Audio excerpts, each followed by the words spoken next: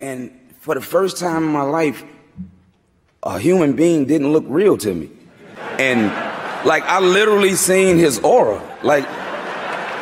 It looked like he was glowing. Thinking he glowing. I'm saying to myself, like, man, that's Mike. And I'm looking at him. I can't stop looking at him. Like, I'm looking at his shoes. And I'm like, man, he got on the Jordans. You know what I mean? Like.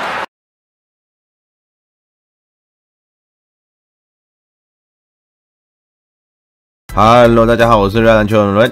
今天是我们 Iverson 系列的最后一集，这集中帮各位安排的是 Iverson 讨论第一次跟他的偶像 Jordan 对阵，他著名的换手运球的由来，他跟台湾路的胯下之Lue，他第一次在 NBA 场上被打爆到哭，还有穿插一些比较搞笑的片段。影片的一开始会有一小段他台生涯中对他影响最大的贵人，七六人时期的教练 Larry Brown， 后面就是刚刚我提到的那些片段。话不多说，我们来听听看 Iverson 自己怎么说。After I left Georgetown, I was an alright basketball player. I had talent, but once I started to listen to Larry Brown and take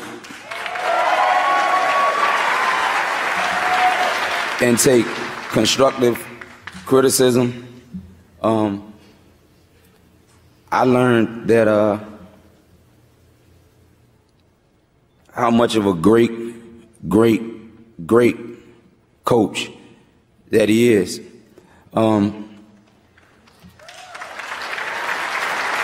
Once I started to listen to him the way I was supposed to, and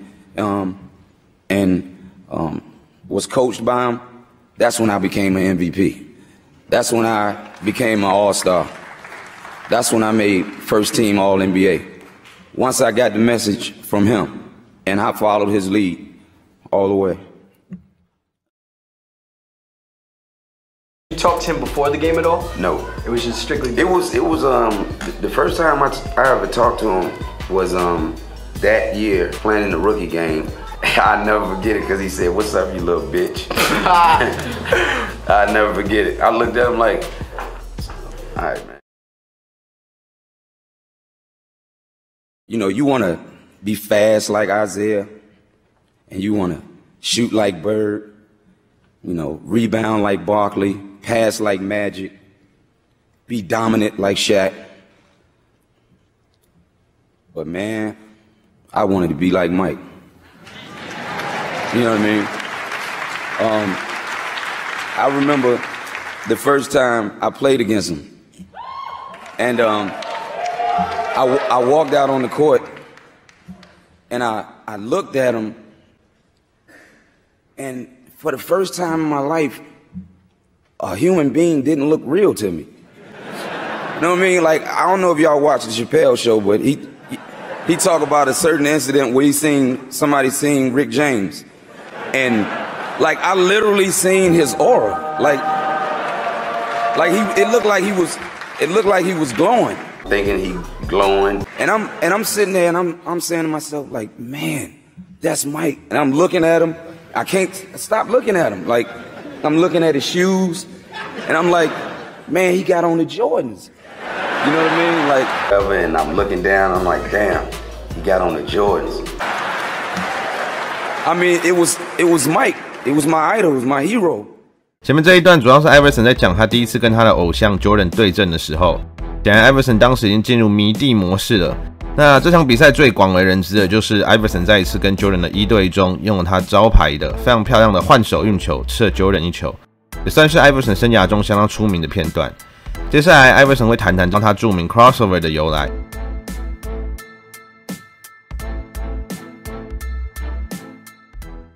If it wasn't for Dean Barry teaching me the crossover, a walk-on. Man didn't even have his name on the back of his jersey. But at practice, he used to hit me with it so much that I just put my pride aside and said, okay, you got to teach me that move. And I stayed after practice with him every day to learn that move. And all these years later, Allen Iverson is known for the crossover. I first learned the crossover at Georgetown. I had a teammate, Dean Barry, and man, I had to guard him at practice. He was a walk-on player. He used to hit me with it all the time, every day. And you know, at some point, my ego, I'm not gonna ask this guy how to teach me how to do it. But at some point, I was like, man, the move is so vicious. I gotta ask him. 2001冠军赛，当年由 OK 连线的湖人声势如日中天，季后赛前3轮皆横扫对手。反观冠军赛的对手七六人，在东区第2轮跟决赛都打到第7场，才分别击败暴龙跟公鹿。赛前各界皆预估湖人可以轻松过关，甚至有不少人认为湖人即将创下季后赛全胜的纪录。当时的七六人在进攻方面是完完全全的一人球队，除了 Iverson 以外，只有 Aaron McKee 的 14.6 跟木桶博 13.9 得分上双，进攻几乎是完全仰赖 Iverson 一人。第一站刚开赛他就火力全开，第3节还剩6分钟时已经拿下38分，也帮助七六人取得12分领先。但之后湖人改变策略，派上板凳骑兵Tyronn Lue严密看管 Iverson， 然后在之后的22分钟只拿下4分。七六人在 Iverson 熄火的状态下被湖人一路追赶，两队打进延长赛。比赛剩下2分钟时，湖人还有5分领先，但此时的 Iverson 准备再次跳出来拯救球队。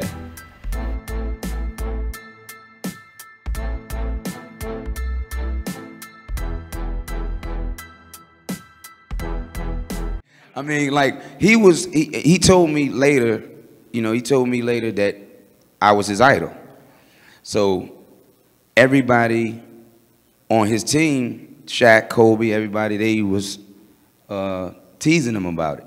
You know, you gonna let AI come out here and bust your this, that, and the third. You gonna let him do what he want. And in his mind, I gotta prove to my squad that that's not the case, even though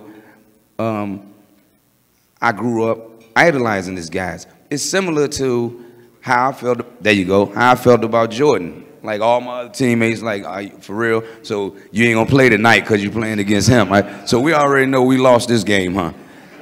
Not the case.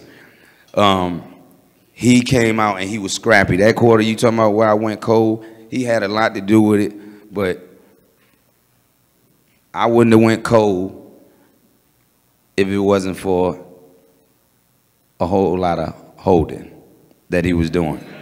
You look at the tape, I wouldn't have went cold if it wasn't a hold. Because the whole tape, if you look at it, he was grabbing them and the referee was just letting them do it, and it was frustrating the hell out of me. So on that play, I knew how big the possession was. I knew the time. And when I grabbed it, all I was trying to do was get some space, but he wouldn't give me none. You know what I mean? So I mean, the guy moved so well laterally. I gave him a hard swing through. And when I brought it back, I remember, if you looking at it, he's holding my hand on that play. And I snatched away from him. And then when I shot it, I hit it. And I don't know how the rest happened. I don't know. People tell me, and like when I'm doing a little commercial shoot or something like that, do the step over again. You know, I'm taking pictures, do the step over again. Like, I don't know how I did it when I did it. You know what I mean? It was just a reaction. I didn't know I did it, but it was like, it was basically like me saying, like, yeah, you know what I'm saying? That's how it was. But I couldn't duplicate it again for nothing. Iverson, bothered by Lue. Iverson, how about that? Steps over Tyronn Lue. 7. You have ended the 19-game winning streak by the Lakers. No one expected that to happen. You were hot early. You cooled off because of the defense from Tyronn Lue. How did you get it back? He was holding me the whole time, and once he got on me, you know. But I mean, it's just that's the way we are. You know, we play hard. We came in here, you know, expecting to win. You know, everybody already counted us out. And, you know, we're not going to act like we won it all right now because we still have some more business ahead of us. You know, we're just going to keep playing hard and whatever happens, happens.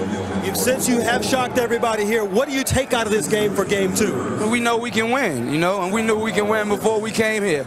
You know, everybody, you know, counted us out, like I said. But, you know, they thought we were going to get swept, you know, and that's like a slap in the face for everything that we worked for all year. And I'm just happy my teammates hung in there and we got this win. I remember my first game that a man literally destroyed me. When I was a rookie, you know what you did to me. You know what you did. And I hadn't been killed like that before in my career, in my lifetime, basically.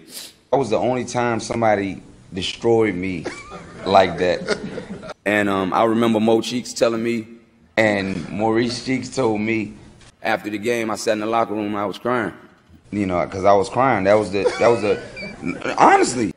And Mo Cheeks said, don't worry about it, AI. One day you'll get somebody 36, 9, and 9. Don't worry about it, AI. One day you'll get somebody 36, 9, and 9. 我非常无聊地去找了一下 ，Iverson 的记忆有点出入。Kevin Johnson 的生涯跟 Iverson 只有对阵过3次，2次在97-98球季，当时的 Johnson 已深受膝伤困扰，身手大幅下滑，得分都在单位数。后来也因为膝伤，在31岁就退休了。Iverson 新秀年96-97球季，两人在2月26号的对阵 ，Johnson 确实是拿下36分，不过只有3篮板8助攻。当然 Iverson 说被打爆也不是说假的，他在这场比赛除了被 Johnson 拿了36分，自己只有15投3中，总共只拿了8分，是新秀球季中唯3次得分没破双位数的，并在这场比赛中断连续32场得分上双的记录，也难怪他会对这场比赛印象深刻。影片的最后，我们来看一些 Iverson 有趣的访谈。Rick, I remember my first year coaching in Toronto. I'm in this little restaurant I go to, a little quiet place. In walks AI. We got a Sunday afternoon game, 12 o'clock, and AI is hanging pretty good, and it's early. And I'm like, and I'm sending them drinks, and I'm like, AI, keep drinking up, keep eating. And he looks at me as he's drinking one of my drinks. He said, Coach, it's not going to work. I love Toronto.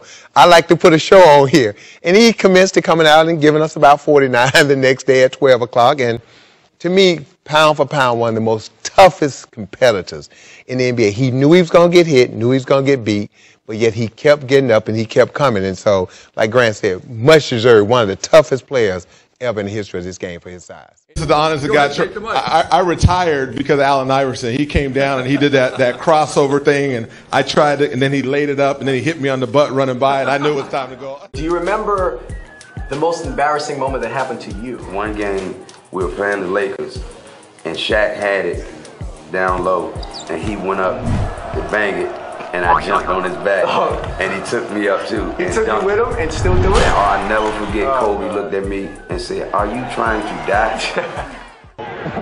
Possession. And then Shaq with the finish. And Allen Iverson, we love you, but there ain't no way that little guy's going to stop Shaq.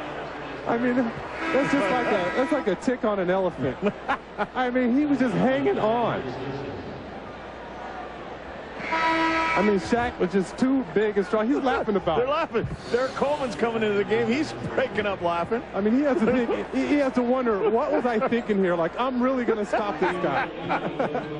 I mean, Kobe's laughing. You know, like, after we played the Lakers, you know, I get to the crib and be like, yo, you seen how I laid Shaq, then you know what I mean? Like, you seen Shaq try to get that, and I put that thing hop off the glass on him, you know what I mean? And that gave me added confidence to myself, to whereas I felt like if I could score over Shaq, I could score over anybody, you know what I mean? Because I wanted to be Lil Shaq on the basketball court.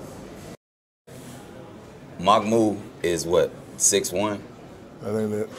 All right, well, you tell me what you think it was, but I'm gonna practice. We talking about practice. What are we talking about? Practice? We're talking about practice, man. That don't have nothing to do with no game, man. And that's what people didn't know, actually. Yeah, but I'm talking about, I thought you were saying in a game. In a game? I am. Not a game, not a game, not a game, not a game. Not the game. I like how you just said that. In a game? Man, I was having flashbacks. We talk about a game? Yeah, not the game. I still get teased about it this many years later. But we talking about practice, man. We talking about practice. We talking about practice. What are we talking about? Practice? We talking about practice, man. The coach wants me to do out there on the basketball court. He give me an assignment. I'll just try to carry it out to the fullest. Even practice? Practice. We talking about practice?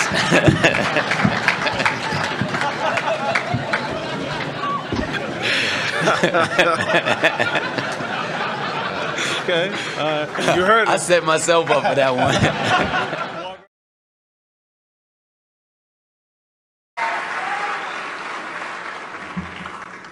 Because I need more practice than him.